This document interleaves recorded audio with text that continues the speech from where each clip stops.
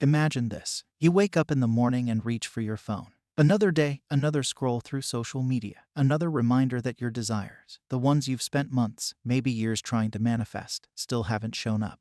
You've visualized, you've affirmed, you've even tried letting go, but nothing seems to change. And then a thought creeps in. What if this just doesn't work for me? That doubt, that's the very thing keeping you stuck. Not because doubt itself is powerful, but because it hijacks your imagination. And your imagination is the only thing that truly creates reality. See, most people think they're manifesting when they sit down to visualize for a few minutes. They close their eyes, picture their dream life, and feel the emotions. But the second they open their eyes, they snap back to reality and spend the rest of their day unconsciously imagining the same old struggles, failures, and disappointments. They assume their imagination is just a fun tool, a technique. But it's not. It is reality itself. When Neville Goddard said, "Imagination creates reality," he didn't mean it metaphorically. He meant it literally. Everything you've ever experienced, from the smallest inconvenience to your biggest success, was first imagined, even if you weren't aware of it. The job you hate, the love you lost, the cycle you keep repeating. All of it is proof that imagination is working perfectly, just not in the way you want it. And here's where most people go wrong. They try to force manifestation from the outside. They repeat affirmations, they script obsessively, they search for the perfect technique, but all of that is useless if, deep down, their imagination is still dominated by the version of them who doesn't have what they want.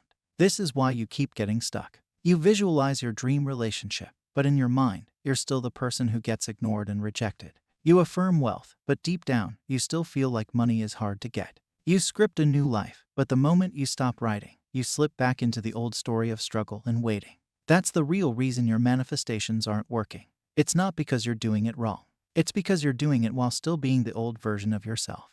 Your world is just a mirror reflecting who you assume you are. It's not about saying the right words or doing the right rituals. It's about changing your core assumptions.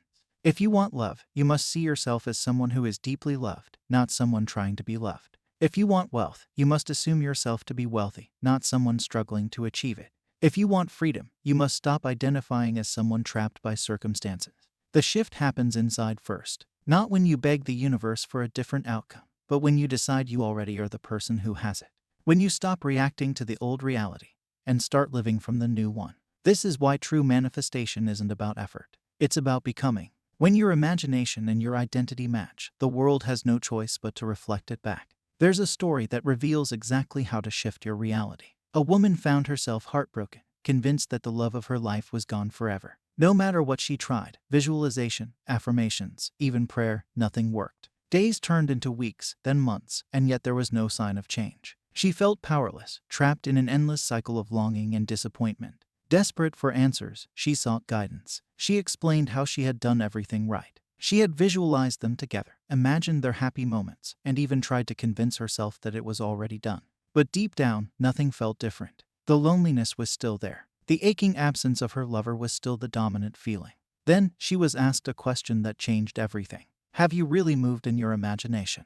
Or have you only wished for things to change? At first, she was confused. Of course, she had imagined being with him. She had seen it in her mind. She had felt the emotions as if it were real. Wasn't that enough? But then came the explanation that shifted her perspective completely. There is a world of difference between imagining yourself as having your desire and imagining yourself wanting it. You are still the woman who has lost her love. You must become the woman who has him now, and the world will mold itself around that assumption. The words sank in, but their meaning wasn't immediately clear to her. Hadn't she been doing exactly that? Hadn't she been seeing him in her mind? But then, like a bolt of lightning, the realization struck. Even when she visualized being with him, she still felt like the woman who had lost him. Her dominant feeling was still one of lack, one of missing, one of longing. And as long as she continued to assume the role of someone who had lost love, reality had no choice but to keep mirroring that experience back to her. That night, she decided to try something different. She didn't just visualize her desire. She became it.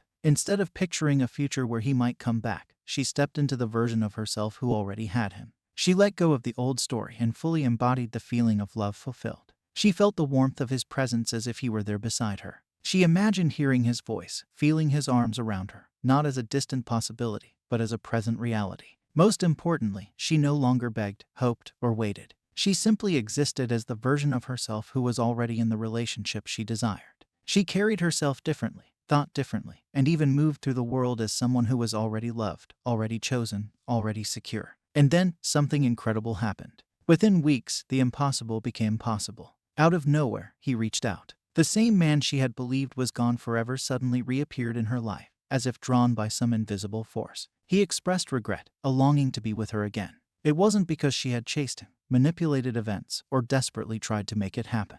It happened because she changed. The moment she stopped identifying as someone who had lost love and became the woman who already had it, reality had no choice but to comply. Because that's how it always works. The world doesn't give you what you want, it gives you who you are. This is the missing piece. Manifestation isn't about wanting something. It's about being it. Most people approach manifestation as if they need to persuade the universe to give them what they desire. They beg, plead, and hope, thinking that if they repeat their affirmations enough times or visualize with enough intensity, their desires will somehow be granted.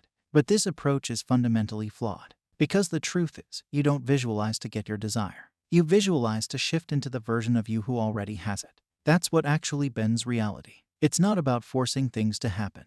It's about becoming the person for whom those things naturally happen. The moment you stop seeing your desire as something separate from you, something in the future, something to be achieved, and instead embody the version of yourself who already has it, everything begins to change. And once you do this, something incredible happens. You stop trying so hard. You stop looking for signs. You stop questioning when or how it will happen. Because you finally realize it's already yours. You don't need proof from the outside world to confirm it. You don't need reassurance. You just know. And then, the world moves in ways you can't explain. Things rearrange, events unfold, opportunities appear. All because you've already shifted internally. The external world is just a reflection, a delayed mirror image of the assumptions you hold about yourself. This is why people get stuck. They think manifestation is about convincing reality to give them what they want. But reality isn't the thing that needs convincing. You are. The reason your desires feel distant is because you still see yourself as someone who wants them rather than someone who has them. Think about it. A wealthy person doesn't wake up worrying about how to attract money. They simply expect it. They see themselves as someone for whom abundance is natural. A person in a happy relationship doesn't wonder if love will come to them. They assume it's already theirs. A confident person doesn't need to force self-assurance. They just are confident. Your reality is constantly shaped by who you believe yourself to be. Not what you wish for, not what you beg for, but who you are. The shift happens the moment you stop identifying with lack and step into a new state of being. When you fully assume that you already have what you desire, the world bends to reflect that truth. And here's the paradox. When you truly shift, you don't even need the manifestation anymore. Because the version of you who has it isn't desperate for it, it's just their normal reality. They aren't obsessing over signs. They aren't checking for results. They aren't questioning whether it's working. They simply live as if. And that's why it happens. Not because they forced it. Not because they worked harder. But because they became it first. So, the real work isn't in making things happen. It's in shifting who you believe you are. Because once that changes, everything else follows effortlessly. So let me ask you, right now, in this moment, who are you in your imagination? Are you the person who has what they want? Or are you still the one wishing, waiting, and doubting? Because if you're still wanting, then all you'll ever get is more wanting. But the second you become, the second you accept that you already are the version of you who has your desire, everything shifts. Reality bends, and your world rearranges itself to match. It's not magic. It's not luck. It's just how imagination works. And once you understand this, you'll never struggle to manifest again. So let me ask you, right now, in this very moment, who are you in your imagination? Are you the person who already has what they desire, living in that reality effortlessly? Or are you still the one who is wishing, waiting, and doubting, constantly looking for proof, hoping something outside of you will change first? Because here's the truth, if you're still wanting, then all you'll ever get is more wanting. Desire will always remain just out of reach, because you're identifying as someone who lacks rather than someone who has. But the second you become, the second you fully accept, without hesitation, that you already are the version of yourself who has your desire, everything shifts. Reality bends. Your world rearranges itself to match the state you've assumed. It's not magic. It's not luck. It's simply how imagination works. Your outer world is a mirror, reflecting the assumptions and beliefs you hold within. If you assume yourself to be in lack, the world confirms it. If you assume yourself to be in abundance, the world reflects that instead. And once you truly understand this, not just intellectually, but experientially, you'll never struggle to manifest again. You won't need to force, chase, or seek validation. You'll simply be the version of yourself who already has it, and reality will have no choice but to comply. So, ask yourself, who are you in your imagination right now? Are you embodying your desired state, or are you still identifying with the version of you who is waiting?